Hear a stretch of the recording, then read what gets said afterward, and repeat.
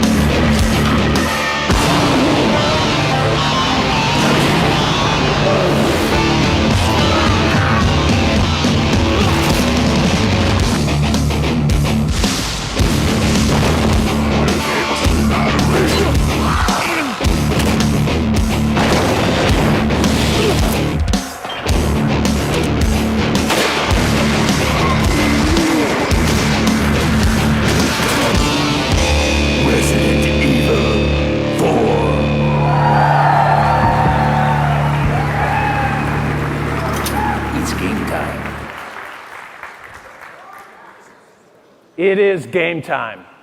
It's a new day for me, and a new day for Nintendo. So let's get a couple things straight right off the bat. Part of my job is finding a way for you, the game experts, to have fun. At the same time, I understand if you're among the terminally hip, Nintendo isn't your only choice for gaming. But maybe what you've already seen helps you understand that we're serious about expanding what we do. We also understand that we're not going to run our company just for hardcore gamers. There are gamers out there who aren't as knowledgeable as you, gamers who aren't your age, gamers who don't have your tastes, gamers who live for Mario and Yoshi and Pokemon. It's my job, it's Nintendo's job, to make sure we satisfy all the gamers and to do it better than our competition.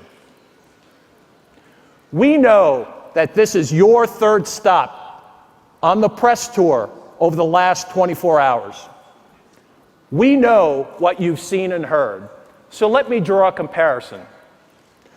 One of our competitors is a manufacturer in Japan who wants to capture every one of your entertainment dollars, transporting all your content between all your electronics devices on their memory sticks. We're not that company. And there's another company out there who doesn't care what you do as long as you do it on their operating system.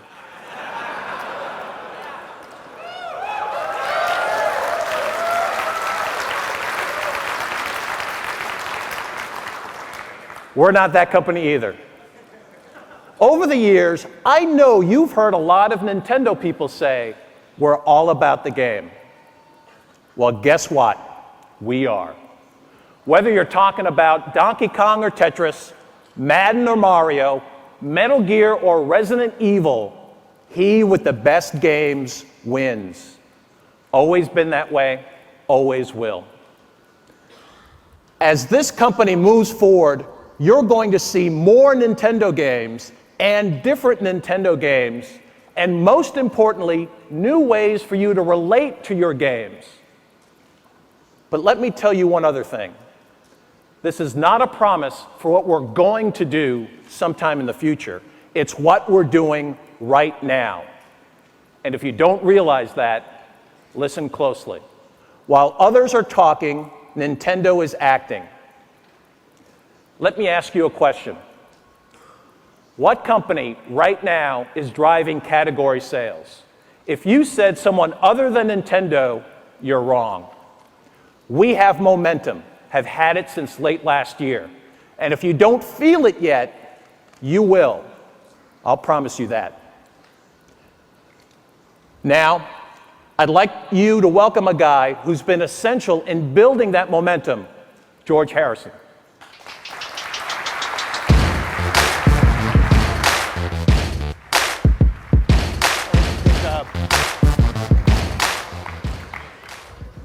Well, good morning. Reggie mentioned what's going on in the market right now, so let's take a look. This graph shows the industry sales, excluding Nintendo, over the last 2 quarters, compared with the previous period. Now, you don't need an MBA to realize that this really isn't a pretty picture. A full half year of negative growth. Now, let's look at what Nintendo's done in the same time periods.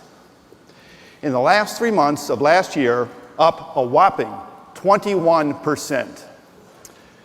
And in the first quarter of this year, despite the fact that we're competing with our own success, last year launching Pokemon Ruby and Sapphire, Zelda Wind Waker, and even Game Boy Advance SP, we're up another 7%. So without Nintendo, there would be no growth. On the console side, we see plenty of business yet to be done in this generation. And unlike one of our competitors, who appears anxious for this generation to end, we're intent on fully playing out our hand. It's how we've always played the game because it works. Right now, industry growth is being delivered by Nintendo, only by Nintendo. And that's because we're focused on the here and now. Here's the up-to-date scorecard on the console business. Over the last year, Sony has sold through about 6 million machines. That's a decline of about 28% from the year before. Microsoft moved about 3.2 million machines, essentially flat with the previous year. During that same period, Nintendo sold through over 3.3 million units of GameCube, a jump of 41%. And yes, that is good for second place. So when you run the software equation, you get a very similar answer. Nintendo GameCube is more than holding its own. So far in 2004, we've sold more games per system than Microsoft, and we're closing in on Sony. Now, overall, the three systems combined have sold about 38 million units in this generation. And we believe that the potential for this generation is more than 55 million units. That means there are almost 20 million units still to be sold. And you have to ask yourself, what will sell them? Well, this is the fourth system that Nintendo has introduced and managed to the back half of a console cycle. And we've learned that success here always relies on the same three things. First, we've all burned through the hardcore early adopters, the gamers who want the most extreme challenges. They want them to occupy them for weeks or days at a time. The late adopters want something else. They want pure entertainment, entertainment that's easy to get into, and often just for a quick burst of time. And second, they want familiarity. They want names and characters from past generations that they're comfortable with. And finally, and most importantly, they want value. They're hunting for bargains. Major play for minor pay. Now, any of these three factors can win the market share in the back half of a console cycle. But if you've got all three going for you, this is what you get. We dropped the Nintendo GameCube price in late September. After 30 days, sales were up 50% over the same period in the previous year. After 60 days, they were up 58%. And counting through the holidays, even though we had already begun to run out of inventory, we sold more than 73% more GameCubes than we did in the prior year. Now, this chart does two things. First, it shows you why Nintendo is driving growth for the industry. And at the same time, it sets the bar for sales performance from our console competitors. Can those competitors grow 73% in their first 90 days after a price drop? Well, we'll see. More importantly, though, we suspect it will be quite some time until someone can match our $99 price point. The value advantage in a value-conscious market clearly remains with Nintendo. Now next, we're fully deploying the familiar franchises that are so popular with the mass market. At the top of our briefing, we showed you 3 games designed to move the souls of even the most veteran gamer. And we're intent on expanding the GameCube's appeal. But we're not going to do it by ignoring the casual players who are just in it for a little bit of fun. On the show floor tomorrow, you'll see our market movers in action. A new Donkey Kong adventure, a new Pikmin, a move for Advance Wars to GameCube, and Mario making 2 appearances in Mario Party 6 and in Paper Mario. In all, Nintendo's GameCube library will grow to more than 400 games this year. And the common factor among all of them is fun. Now, new ways of interacting aren't just limited to GameCube. Now, as you're all aware, Pokemon has again taken the market by storm in Japan with the new Fire Red and Leaf Green editions. They sold through nearly 2.5 million copies in less than 15 weeks. But there's a brand new kind of appeal here, too. The ability to trade your Pokemon with your friends using the Game Boy Advance wireless adapter. This opens up whole new horizons for the creators. And in fact, you'll soon be seeing and playing wirelessly with more than a dozen titles. It's great software and innovation like this that have pushed every competitor out of the out of the portable game space. And 9 serious competitors have made a run at Game Boy in the past 15 years. but 9 have failed.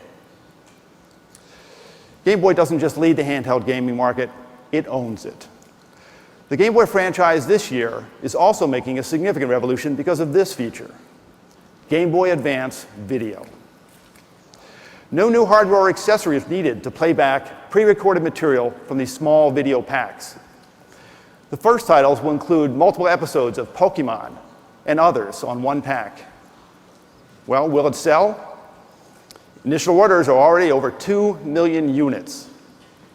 You can look forward to soon to material with a decidedly older appeal, and will have significantly larger memory capacity to allow even more video playback. Well, wireless connection, video playback really widen Game Boy's appeal. But in an important sense, that appeal is already expanding. It may surprise you to learn that 1/3 of all Game Boy Advance SP users are over the age of 18.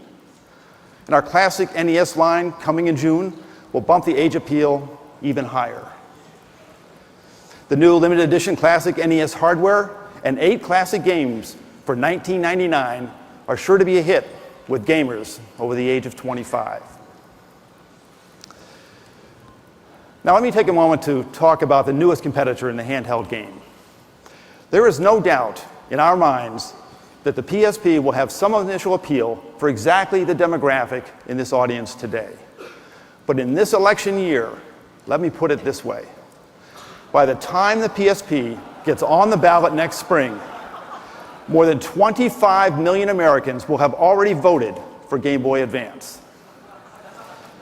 Now, if you're asking whether PSP can catch Game Boy Advance, maybe we should first ask, can the PS2 catch Game Boy Advance?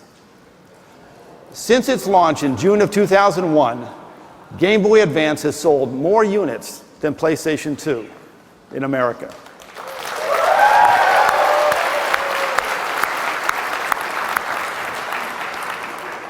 For that matter, since its launch, the SP all by itself has done exactly the same thing. So we sit today with a roughly 100% market share of the handheld market. Will that decline? Well, it certainly can't go up. But that loyal base of 25 million Game Boy Advance owners is just the first of the many mountains that Sony has to climb. Game Boy Advance SP is built to be tossed in the backpack, carried in the briefcase, or even dropped in an airline terminal. With no internal drive, it stands up to a lot of abuse. And when it turns on, it lasts. The lack of a moving media also means that the gameplay powers on. We expect our battery life to significantly outpace Sony's. So we think that's enough to be a deal breaker for really true game players. Now finally, those of you who've been around our industry for a while realize that Game Boy, at heart, really is a platform like any other, built on the back of exclusive, must-have titles. Game Boy never would have built its initial audience without the appeal of Tetris and Super Mario Land.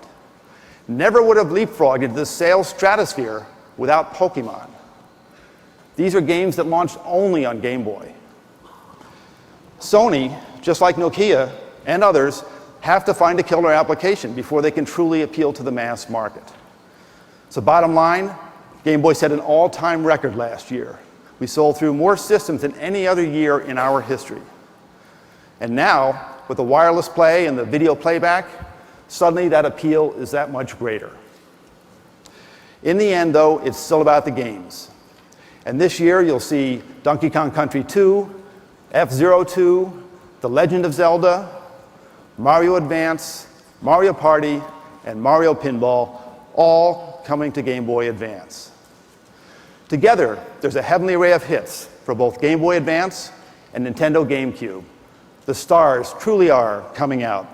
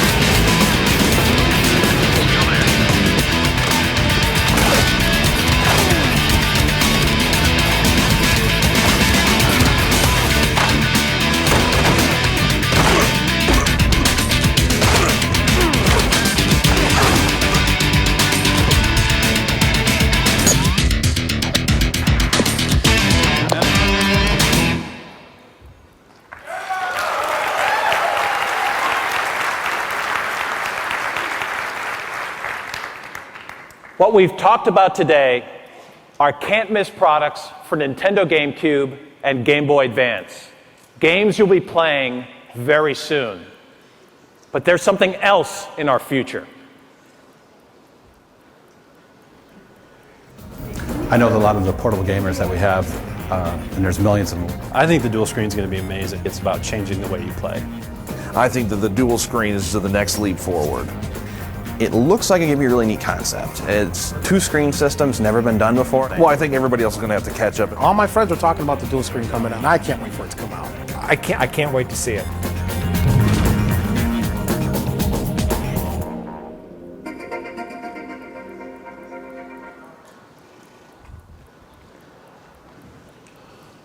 Well, the wait is over. This is Nintendo DS.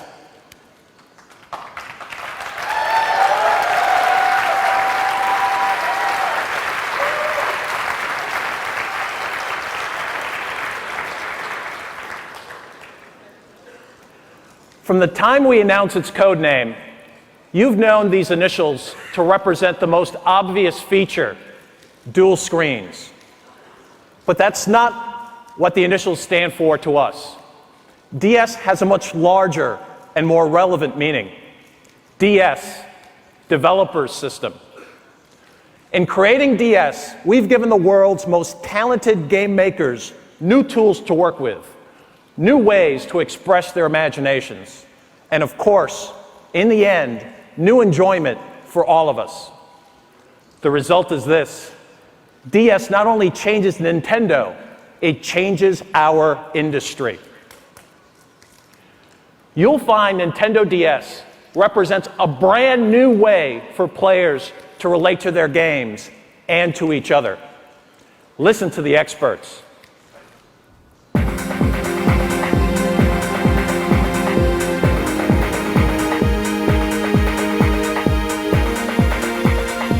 Nintendo came down and presented the DS platform to us just about a month or so ago. I think everyone was in shock. When I told the functions of DS to our creators, they were very excited and eager to work on new development. They really liked DS. The introduction of Nitro, or the DS, is going to allow us to take handheld gaming to the next level. The history of the platform in the last 10 years is that improvements were made on only certain functions. It has been a long time since the platform itself changed radically. With the DS, I think they set the next standard across the board for all kinds of things. It's going to generate such a new way of playing games that is going to generate automatically more emotion, more excitement, and more fun for the player, which is basically what we are here for. Things will totally change. We will think anew what we want to express and what kind of things we want players to enjoy using this platform. We're expecting to change the contents of the game, how to play the game, and how to make the game. The DS will continue Nintendo's great success in the handheld gaming market. It's very innovative technology that is clearly focused on immersing the consumer into the gaming experience.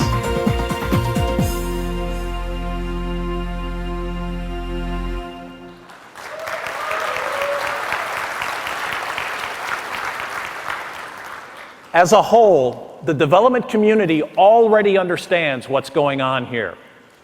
I like to think of it like buying a car. Admit it, your left brain looks at a vehicle in terms of the numbers. What's the horsepower, the towing capacity, the 0 to 60? That's our competitor's approach. But your right brain is different. There's only one question out there. Sitting behind the wheel, where will this baby take me? In other words, do you want to go just a little bit faster down the same streets you've always driven, or down a new road to places you've never seen before? That's the difference with Nintendo DS. Let me explain how this new journey is going to happen. Up to now, most of what the world knows about DS are those two screens. Today, it's my privilege to tell you the rest of the story. But let's start with the two screens. Each is programmable in 2D or 3D. The choice is up to the game designer. This opens a wealth of options for the developers, and they're totally excited about it. The 3D quality is simply beautiful. Most of you remember how you felt the first time you saw Super Mario 64 on Nintendo 64. It was a breakthrough that took the industry by storm. But this is Nintendo DS action, playing on our new portable system, just as you'll see it on the show floor tomorrow. Isn't it exciting?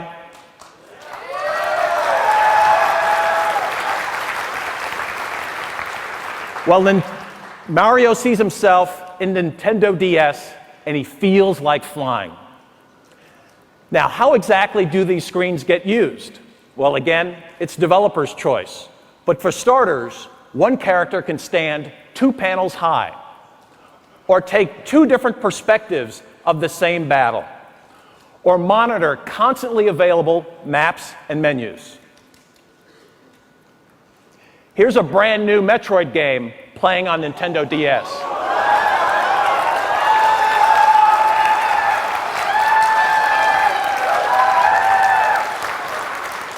The same way you'll be playing it tomorrow.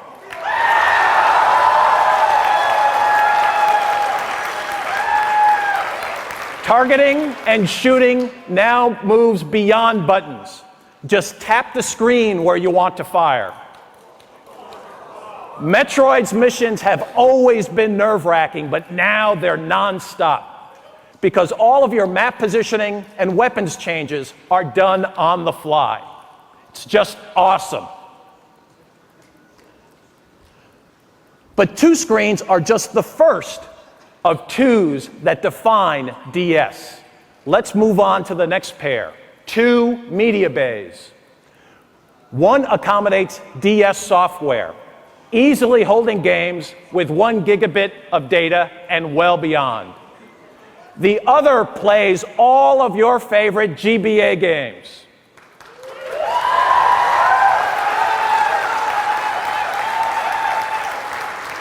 That's right, backward compatibility means an instant library of over 500 titles. And it also welcomes a host of different accessories to enrich your game experience.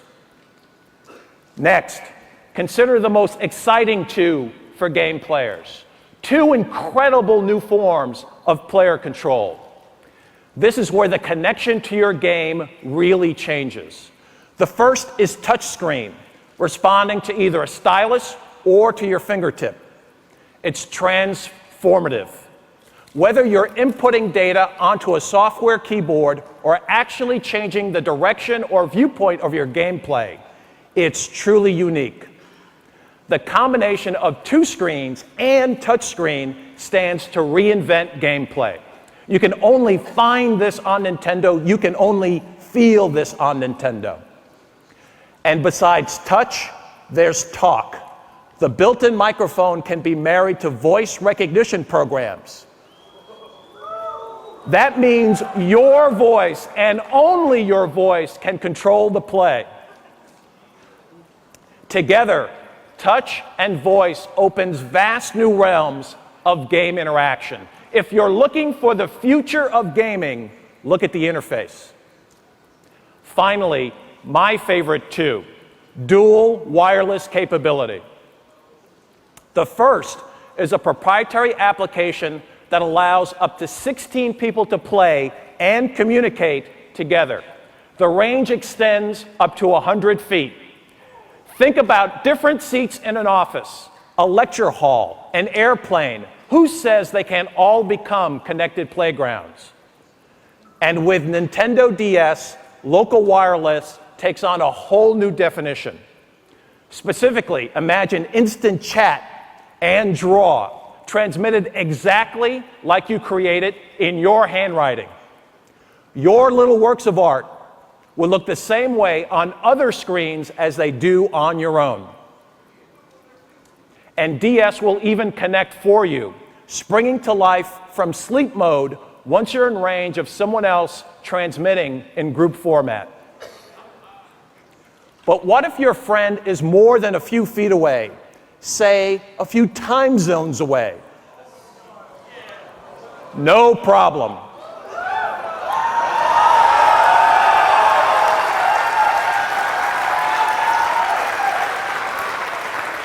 Wi-Fi means you can connect via the net. It's beyond online, it's no line. In all, this machine truly is transformative. It changes how you connect to your games and to each other. There's no reason to take my word for it. Instead, listen again to the developers who are already working on it. Their eyes are fixed firmly on the game horizon, mapping entirely new routes with Nintendo DS.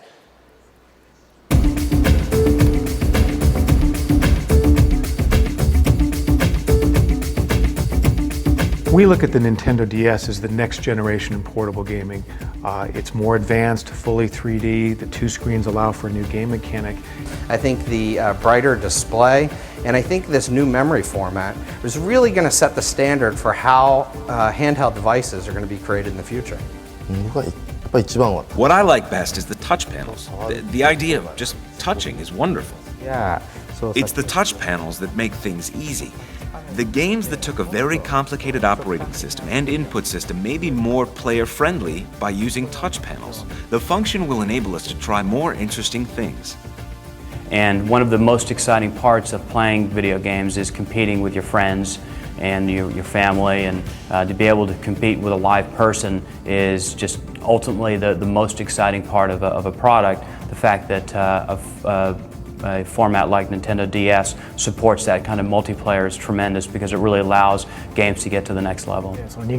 We can use 4 screens when played by 2 players, maybe even 6 screens or 8 screens. The number of screens increases rapidly, and that kind of possibility of expansion makes us excited. The developer opportunities are right now what's really driving a lot of creativity in the studios. How are we going to use the wireless? What can we do with 2 screens? What about the touch screen? That's really focusing our game designers on trying to build games in an entirely new way.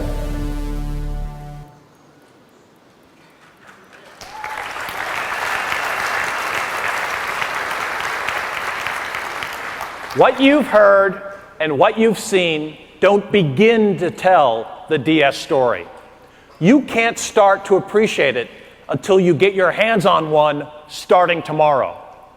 And even then, it's just a start. The benefits of DS will be rolling out for months and years following launch. And when will that launch come?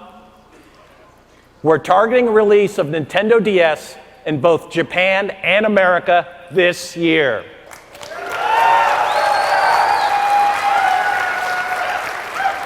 And Europe and Australia in the first quarter of next year.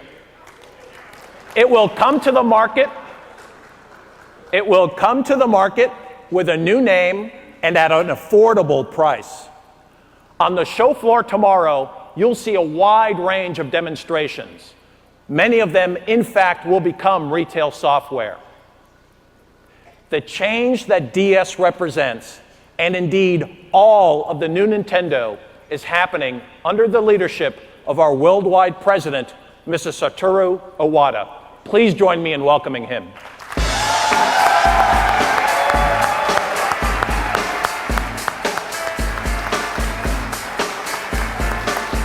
Thank you. Thank you. Nintendo was proud when we introduced the plus key switch with the NES instead of arcade joysticks.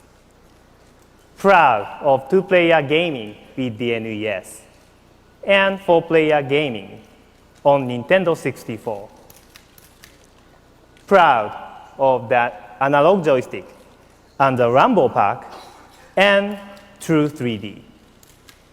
We are proud we established portable gaming with Game Boy. All these advances are now industry standards. All make us proud.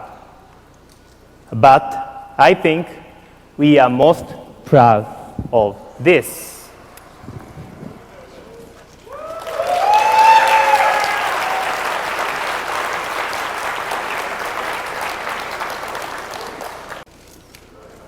All of those innovations changed games, and so will Nintendo DS. DS is not simply new. It's not just more functions or higher specs. It is different. Of course, Nintendo DS is not the only change in our future. That same word, different, also defines our approach for our next home system. It won't simply be new. It won't simply include new technologies. Better technology is good, but technology is not enough. Today's consoles already offer fairly photorealistic expressions. Simply beefing up those graphics will not let most of us see a difference. So what should a new machine do? For both game creators and game players, new machine needs to do much more. They must offer an unprecedented play experience, something no other machine has delivered before. The definition of a new machine must be different. I want you to know that Nintendo is working on our next system, and that system will create a gaming revolution. Internal game development is underway. When the impact of the new home machine comes, our revolution will be there. I suppose I could give you a list of our technical specs. I believe you'd like that, but I won't for a simple reason. They really don't matter.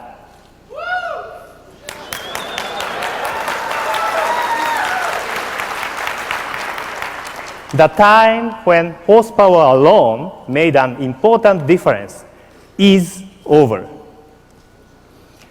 From this time on, we must create something more unprecedented experiences, the same way we have with Nintendo DS. So let me repeat. Work on revolution is well underway. When you see it, you will be excited because you will experience a gaming revolution. And with Nintendo DS, video games will be changed. This week, I invite you to enjoy the great new experiences we are creating for Nintendo GameCube and Nintendo Game Boy Advance, and of course, the wonderful new Nintendo DS. Thank you very much.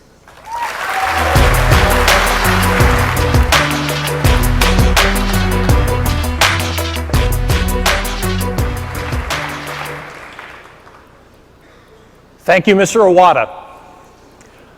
I hope you've all enjoyed our program this morning. But before you leave, I'd like you to step inside one more world for Nintendo GameCube.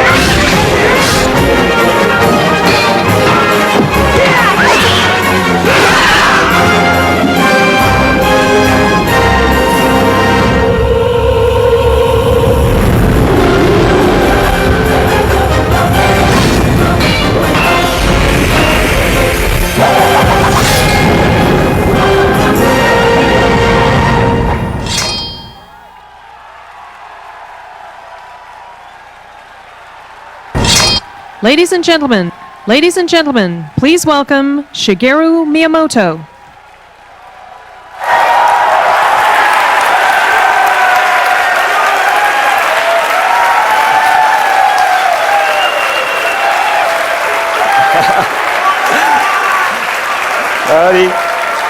I'm not Link, but I do know him.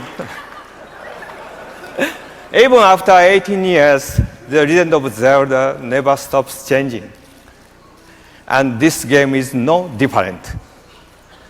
We are now taking you to a world where Link has grown up, a world where he will act different and look different.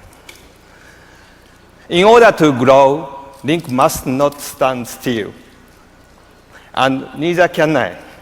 So, thank you. And goodbye.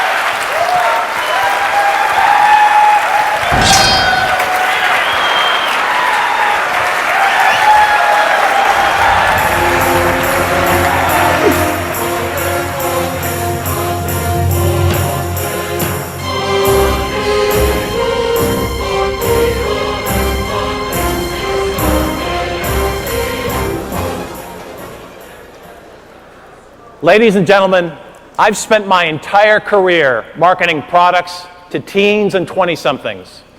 And I learned a long time ago, there's no BSing that audience.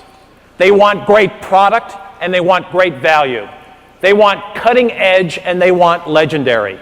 They want the best of the past and they demand what's absolutely right now. Nintendo is delivering all of that. Zelda, Capcom's Resident Evil, Pokemon, Mario, and Nintendo DS all boost the momentum we're carrying into this E3 through the rest of this year and well beyond. We're giving players what they want for both GameCube and Game Boy Advance, and they're rewarding us with more market share. Funny how that works. As you've seen, Nintendo DS is not standing still. As a 10th serious competitor decides to make a run at Game Boy, DS raises the bar on portable gaming before they even get started. Nintendo DS is a third way to play. It defines its own category. It reinvents portable entertainment, and so will Nintendo's revolution. I hope if we've done anything, it's to show you that this is a new day for Nintendo. We remain all about the game, all about the gamer, or in other words, all about you. Thank you and enjoy the show.